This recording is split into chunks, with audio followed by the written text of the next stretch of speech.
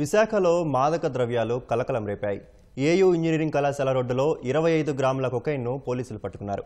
దక్షిణాఫ్రికాకు చెందిన ఓ వ్యక్తి విశాఖకు చెందిన అక్షయ్కు సరఫరా చేస్తుండగా ఇద్దరిని అరెస్టు చేసి కొకైన్ను స్వాధీనం చేసుకున్నారు.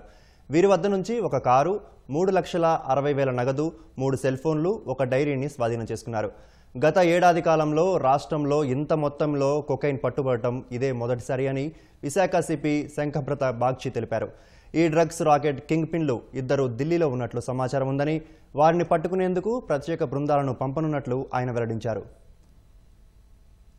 మన 3 టౌన్ ఇన్స్పెక్టర్ ఆయన దాడి చేసి ఒక ఇద్దరు అక్యూజ్డ్ థామస్ జిమోన్, ఇతను ప్రిటోరియా సౌత్ ఆఫ్రికా రెసిడెంట్, చేకూరి అక్షయ్ అలియాస్ మున్నా, అతనికి 25 గ్రామ్ కొకైన్ ఇచ్చినప్పుడు దొరికాడు. ఆ క్రైమ్ వెహికల్ ఒక motor car, cash 3.6 lakhs, 3 mobile phones, ఒక గ్రే కలర్ డైరీ కూడా దొరికింది వాళ్ళ పొజిషన్ నుండి. అక్యూజ్డ్ కన్ఫెషన్ మేరకు ఇక్కడ మనం కొందరు సస్పెక్ట్స్ ని కూడా పికప్ చేశాము, కానీ వాళ్ళు ఆ ర్యాకెట్ లో ఇన్వాల్వ్మెంట్ ఉందా లేదా మేము వెరిఫై చేస్తున్నాం. లాస్ట్ 1 year లో 25 గ్రామ్ కొకైన్ ఒక సింగిల్ ఇన్సిడెంట్ లో ఎప్పుడు దొరకలేదు. కింగ్ పిన్స్ ఇప్పటి వరకు మనకు తెలిసింది ఒకడు prince alias Omenef, also from South Africa, and ఇంకొకడు బుచ్చి, ఇద్దరు ఢిల్లీలో ఉన్నారని ఇప్పుడు మేము స్పెషల్ టీం పంపించి పట్టుకుని రావడానికి ప్రయత్నం చేస్తాం.